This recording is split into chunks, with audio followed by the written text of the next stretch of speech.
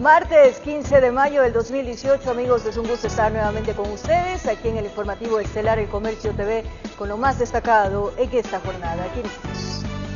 Luego que el presidente Moreno anunciara que se encuentra listo el proyecto de reforma a la Ley Orgánica de Comunicación, las reacciones no se hicieron esperar.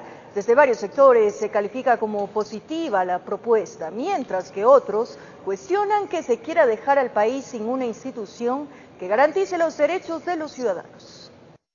Para el próximo viernes se confirmó que el Ejecutivo enviará las reformas a la Ley de Comunicación hasta la Asamblea Nacional. El proyecto de reforma suprime definitivamente la Supercom. La libertad de expresión es un derecho que no debe ser objeto ni de control ni de vigilancia, sino de protección por parte del Estado. Anuncio claro y contundente, señala Guadalupe Fierro, presidenta de la Unión Nacional de Periodistas, quien califica de positivas las reformas detalladas en líneas generales por el primer mandatario, destacando la propuesta del cierre de la Superintendencia de la Información y Comunicación Supercom. Que se creó con el objeto de perseguir a los periodistas y a los medios, someterlos a un vergonzoso enjuiciamiento que contrariaba varias disposiciones de la Constitución, empezando por el hecho de que debimos haber sometidos a la justicia ordinaria. Nos alegra que todas estas disposiciones inconstitucionales que existían en la ley hayan sido observadas por el presidente de la República y contundentemente señaladas que van a ser derogadas. Opiniones con las que concuerda César Ricaute, director ejecutivo de Fundamedios, para quien además estas reformas representan un paso positivo de transformación que cumplirían estándares internacionales de protección a la libertad de expresión y a los derechos humanos. Se transforma de un instrumento punitivo de sanción a los medios de comunicación, se convierte más bien en una herramienta de desarrollo de los medios de comunicación y de protección de los derechos de los ciudadanos. Ambos esperan que el trámite del paquete de reformas se dé prioridad dentro de la Asamblea Nacional, desde donde ya se registra apoyo a la iniciativa, en la cual además se podría analizar que la comunicación no sea un servicio público. Eso parte también por el cambio constitucional, pero sin duda alguna será una de las consecuencias naturales de las reformas que haremos a la ley, pues tendremos que también ir hacia lo más alto y modificar la Constitución en aquellos espacios que sea requerido. Desde el ala correísta están de acuerdo en que la ley de comunicación puede mejorarse, sin embargo cuestionan que se intente eliminar la Supercom. Aquí hay que separar el tema de las personas que han estado en la Supercom y la institucionalidad y cómo una normativa es aplicada. Mire, una ley no es per se mala o buena. Si el juez la aplica mal o si el superintendente la aplica mal, yo he tenido muchos cuestionamientos. Es importante que haya un ente que cumpla la normativa en función de estos parámetros técnicos establecidos. Mejorar la ley de comunicación, claro que sí, bienvenido el debate. Destruir la ley de comunicación, tendrán a estos asambleístas en contra de manera articulada y además de manera argumentada. Desde que se expidió la ley de comunicación en el 2013, cerca de 10 proyectos de reforma se han presentado en la legislatura. En varios de ellos coinciden en la eliminación de la Supercom. En Quito informó Adriana Rojas. Reformas a la Ley de Comunicación como sanciones a los jueces de la Corte Constitucional son pedidos que llegaron de diferentes sectores y que fueron expuestos en el Pleno del Consejo de Participación Ciudadana y Control Social Transitorio. Desde la Coordinadora de Medios Comunitarios Populares y Educativos del Ecuador, CORAPE, y la Confederación de Nacionalidades Indígenas del Ecuador, CONAIE, llegaron propuestas que se podrían aplicar en las reformas a la Ley de Comunicación. De acuerdo a la Constitución y la ley, tenemos derecho de comunicación comunitaria 34%, el sector comunitario. Pero hasta este momento no se ha dado cumplimiento ni el 1%. Reformas que nosotros creemos que se tienen que hacer, por ejemplo, la eliminación de la enmienda, donde se ha dicho que la comunicación es un servicio público y es un derecho. Y porque es un derecho estamos aquí parados conversando con todos los medios de comunicación y con ustedes. No fueron los únicos en ser recibidos en audiencia por el Pleno del Consejo Transitorio. Representantes de los jubilados expusieron sus inquietudes. Nosotros presentamos la demanda de inconstitucionalidad el 27 de abril del año 2015, a los pocos días que se puso en vigencia la Ley de la Justicia Laboral, año 2015. Y sucede que la Corte Constitucional, señor presidente, se pronunció a los 2 años, 11 meses. El asambleísta Fernando Callejas también tuvo espacio para referirse a la evaluación de la Corte Constitucional. Pero claro, que han habido también voces que señalan que el Consejo de Participación Transitorio se está extralimitando en sus funciones. De ninguna manera. El poder que ustedes tienen emana de una decisión popular. Informó Héctor Romero. Alfredo Ruiz, presidente de la Corte Constitucional, pidió la prórroga del plazo para entregar la información al Consejo Transitorio. Esto mientras el organismo aprobó el presupuesto que necesitará para dar cumplimiento al mandato popular. Alrededor de 3.6 millones de dólares son los que demanda el Consejo de Participación Ciudadana y Control Social Transitorio para dar cumplimiento al mandato popular del pasado 4 de febrero. De ese rubro, 1.2 millones corresponden al presupuesto ya aprobado, faltando 2.4 millones que serán solicitados al Ministerio de Finanzas. Porque tenemos funciones extraordinarias que cumplir, que son la evaluación, cesación de ser caso y designación de quienes hayan de reemplazar a los que sean cesados. Eso significa un gasto adicional que es el que estamos solicitando al Ministerio de Finanzas. Paralelamente a la aprobación del presupuesto, el Pleno del Consejo Transitorio dio paso a la evaluación del Tribunal Contencioso Electoral. Prevenir a los señores, a las señoras y señores jueces del Tribunal de lo Contencioso Administrativo que la obstaculización del proceso de evaluación con decisiones que vayan en contra o limiten las facultades ordinarias o extraordinarias del Consejo de Participación Ciudadana y Control Social se considerará como desacato al mandato popular del 4 de febrero del 2018 y habilitará al Consejo Transitorio a dar por terminado anticipadamente el periodo constitucional de las y los señores jueces y juezas que correspondan. Este martes llamó la atención el pedido de Alfredo Ruiz, presidente de la Corte Constitucional, sobre una prórroga en el plazo establecido para entregar la información como parte del proceso de evaluación, el cual culminaba este viernes y se extendió hasta el 30 de mayo, a pesar que el artículo 2 del reglamento no establece prórrogas. Dentro de nuestras atribuciones está el poder prorrogar, es el pedido de él en calidad de presidente de la Corte Constitucional, porque él dice que tiene que presentar 2 informes, el primero como presidente del organismo, y el segundo en su calidad de juez. Las 2 informes requieren de más tiempo. Para el resto de jueces constitucionales el plazo fenece este viernes. Al respecto, Ruiz, quien mantuvo una reunión reservada con el presidente de la República, Lenín Moreno, en Carondelet, prefirió evitar hablar sobre el tema. No tengo nada que decir. De la reunión que mantuvo. Aunque sea alguna generalidad. ¿Señor presidente, una reacción sobre el Consejo de Participación? No, nada, absolutamente. Informó Héctor Romero. Se registran las primeras reacciones dentro de la Asamblea Nacional tras la designación de Richard Martínez como nuevo ministro de Finanzas. El sector correísta afirma que esta es la demostración de la derechización del gobierno, mientras que otros sectores apuntan a apoyar la decisión presidencial. Tras la decisión presidencial de designar al empresario Richard Martínez como ministro de Finanzas en reemplazo de Mariel Saviteri, en el sector correísta se afirma que esto no es más que la confirmación de que el gobierno de Lenín Moreno se ha derechizado. Esto es solamente una muestra abierta del giro a la derecha del actual gobierno de Moreno. Evidentemente derechizada este gobierno, ya sin ningún tipo de tapujos. Afirman que con esto se comprueba que el gobierno ha traicionado el legado de la llamada izquierda en el régimen de Rafael Correa. La mayoría del pueblo ecuatoriano votó por un proyecto de la Constitución, del socialismo del buen vivir, y obviamente hace mucho tiempo ya el gobierno se alejó de esos postulados fundamentales por los que el pueblo votó en las urnas por este proyecto político. Aunque desde el oficialismo se asegura que la designación de Martínez puede darle un giro a la política económica y apoyan la decisión presidencial. Nosotros consideramos que para sacar adelante a un país hay que pensar en los mejores hombres y mujeres que puedan cumplir esas acciones.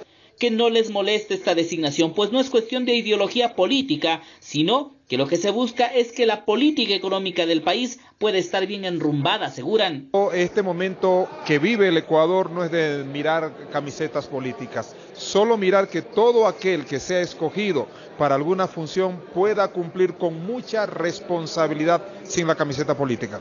Lo mismo opinan en la oposición, que afirman que el presidente ha tomado una decisión acertada. Qué bueno que conjuguen diferentes vertientes de pensamiento para un país tan pequeño que necesita en este momento fundamentalmente salvar la dolarización y crear plazas de empleo y condiciones dignas para nuestros ciudadanos. Le deseo éxito por bien de todos y que en este plan económico que se va a presentar sea un plan realmente de reactivación económica y no de meterle la mano al bolsillo de los ecuatorianos.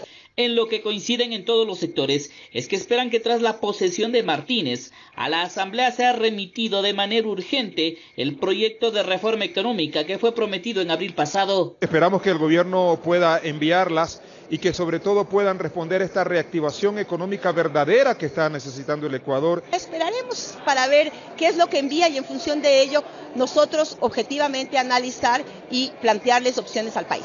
Informó Javier Gallo.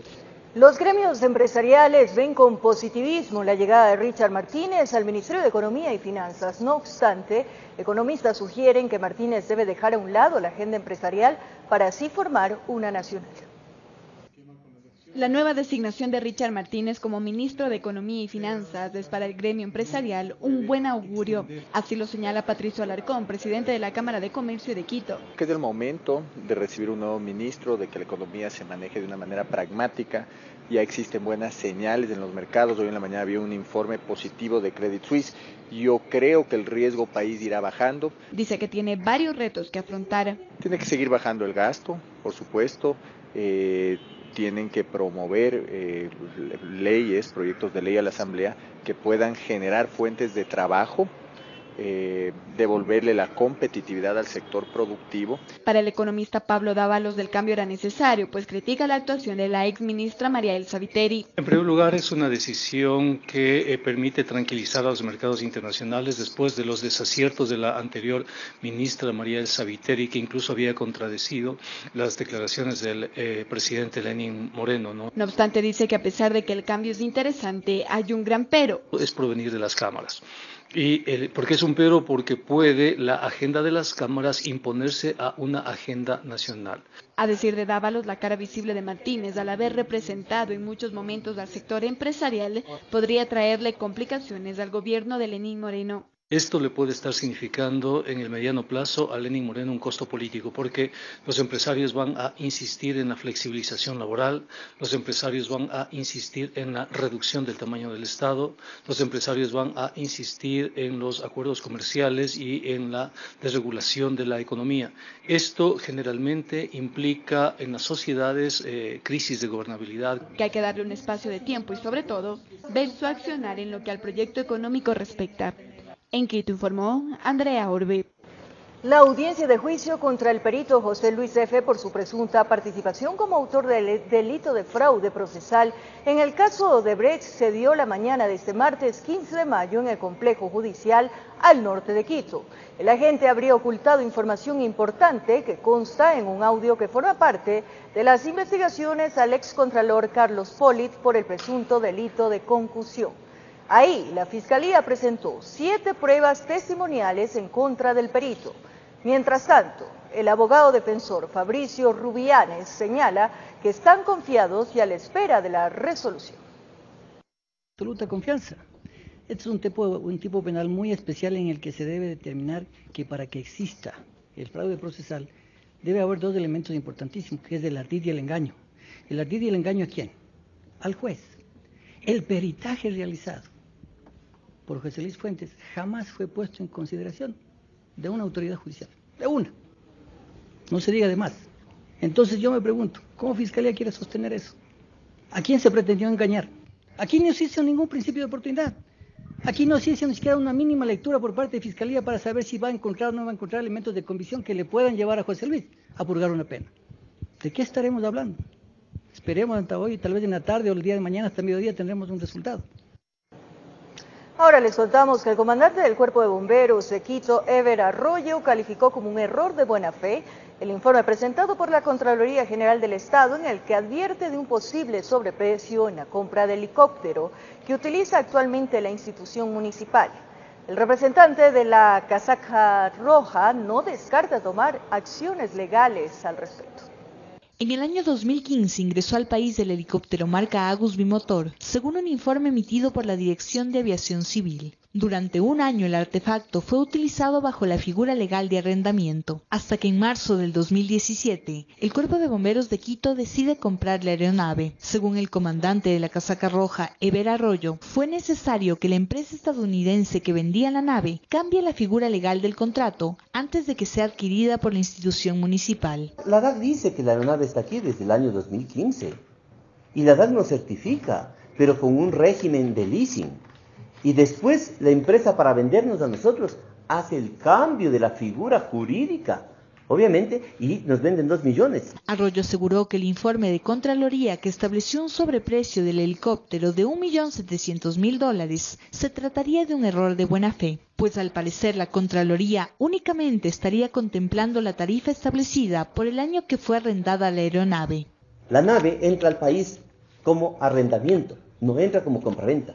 Después nosotros tenemos que hacer toda la tramitología, la empresa hace la tramitología para vendernos a nosotros y nosotros compramos con un régimen de compra-venta. Razón por la cual el Cuerpo de Bomberos de Quito advierte que de comprobarse algún error en el informe de Contraloría, se tomarán las acciones legales pertinentes. Bomberos Quito prestará toda la colaboración y el contingente de las autoridades pertinentes para esclarecer este impasse. Sin embargo, quiero dejar sentado muy claro que nosotros también haremos el uso del derecho a nuestra defensa.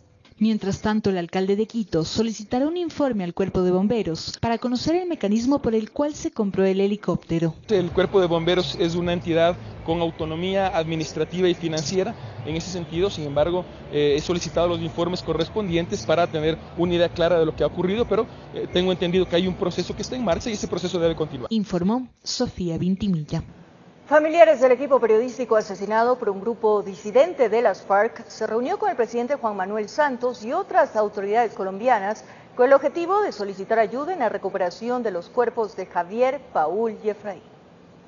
Familiares de Paul, Javier y Efraín, equipo periodístico secuestrado y asesinado por un grupo de disidentes de las FARC, al mando de alias Guacho, viajaron hasta Colombia para solicitar a las autoridades de ese país ayuda para poder recuperar los cuerpos de sus familiares, ya que ha pasado más de un mes de la desaparición y casi 50 días desde que se reveló las fotos de la muerte de Paul, Javier y Efraín. Lamentablemente no ha existido un plan estratégico para recuperación de cuerpos, eso es la verdad.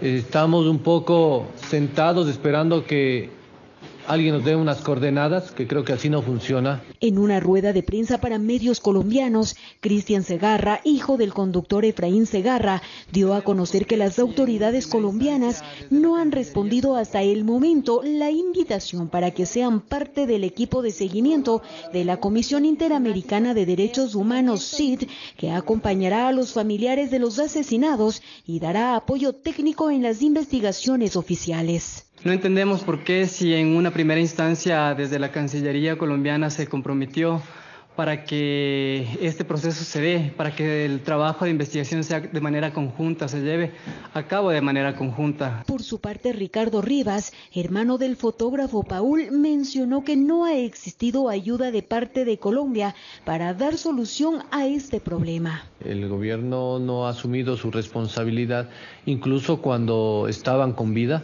No se manifestó, sino una vez que fueron asesinados. En horas de la tarde de este martes 15 de mayo, los familiares de Paul, Javier y Efraín mantuvieron una reunión con el presidente colombiano Juan Manuel Santos. De ese encuentro participó también el vicepresidente Óscar Naranjo, la canciller María Ángela Holguín, el ministro de Defensa Luis Carlos Villegas y el embajador de Ecuador en ese país, Rafael Paredes Proaño. Durante la estadía de los familiares de las víctimas, tienen planificado reunirse con las autoridades de la Fiscalía y la Procuraduría. También se prevé una cita con la Fundación para la Libertad de Prensa, entre otras actividades que tienen previstas hasta el viernes 18 de mayo, informó Patricia Aldaz.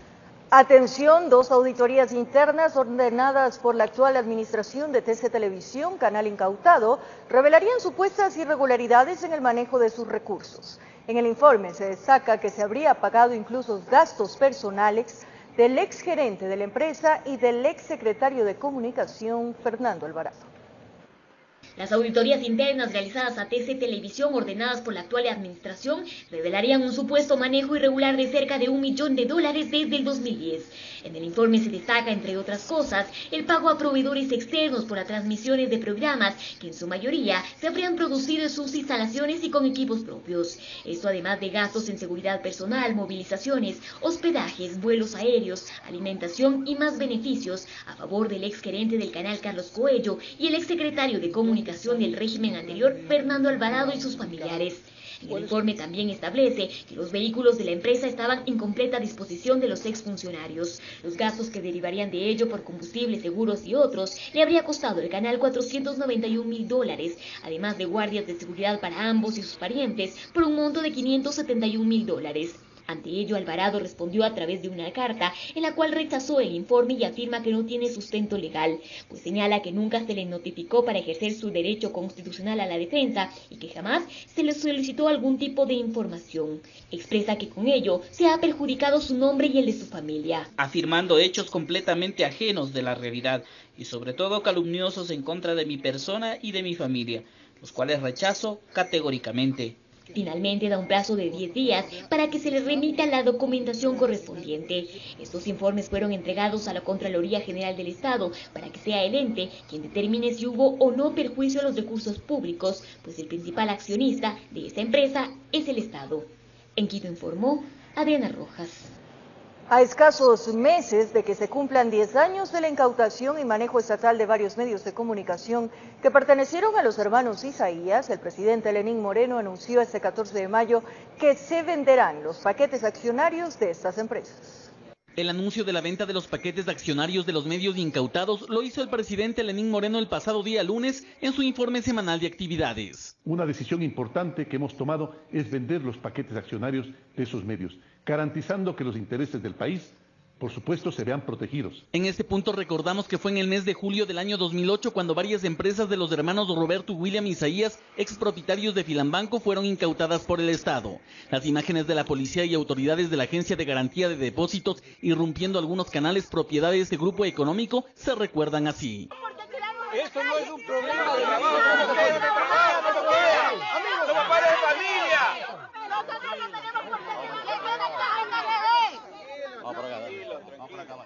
Entre estos bienes estuvieron medios de comunicación impresos, radiales y televisivos, los mismos que según el presidente Lenín Moreno ya deben pasar a manos privadas. Estos medios no pueden seguir en manos del Estado porque además fueron un instrumento de confrontación y ataque a la ciudadanía crítica. Con esto concuerda Mauricio Herrera, secretario de la Asociación de Trabajadores de Gama TV, quien manifiesta que desde la incautación la administración estatal trabajó como un aparato de propaganda del gobierno. El gobierno de Rafael Correa utilizó los medios de comunicación para los fines propagandísticos de Alianza País y de su gobierno. En efecto, así fue, ya que el propio Enrique Arosemena, administrador de los medios de comunicación incautados por la AGD entre la noche y madrugada del 8 de julio de 2008, fue quien señaló que estos, al cambiar de administración, tendrán una línea editorial nueva.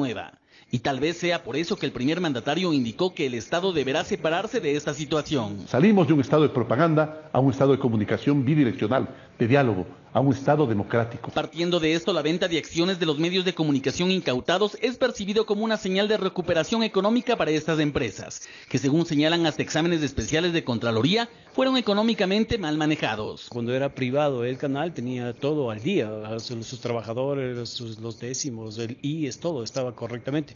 A partir de la incautación y que se hace cargo el canal, el Estado, es que empiezan los problemas. Pero de la venta de Gama TV y TC Televisión ya se hablaba en julio de 2008, cuando el gobierno aseguró que en un plazo de 6 meses serían vendidos los medios de comunicación incautados. TC y Gama Visión, escúcheme bien, no tenemos el menor interés de que se queden en manos públicas. Queremos venderlo lo más rápido para pagar 30 millones a los depositantes que todavía están impago de liquidez de Filambanco. De otra parte, el 24 de mayo de 2016 también afirmó el exmandatario Rafael Correa que Gama TV y TC Televisión serían vendidas como parte de una optimización del Estado para ahorrar y generar capital. Pero tampoco se efectuaron las negociaciones para realizar estas ventas. En todo esto y tras el anuncio del presidente Lenín Moreno, hay trabajadores como Mauricio Herrera que solo esperan conocer cuándo y bajo qué parámetros se venderán los denominados medios incautados. Informó Javier Rosero. Con esto nos despedimos. Gracias por su compañía, cariño y sintonía. Un abrazo.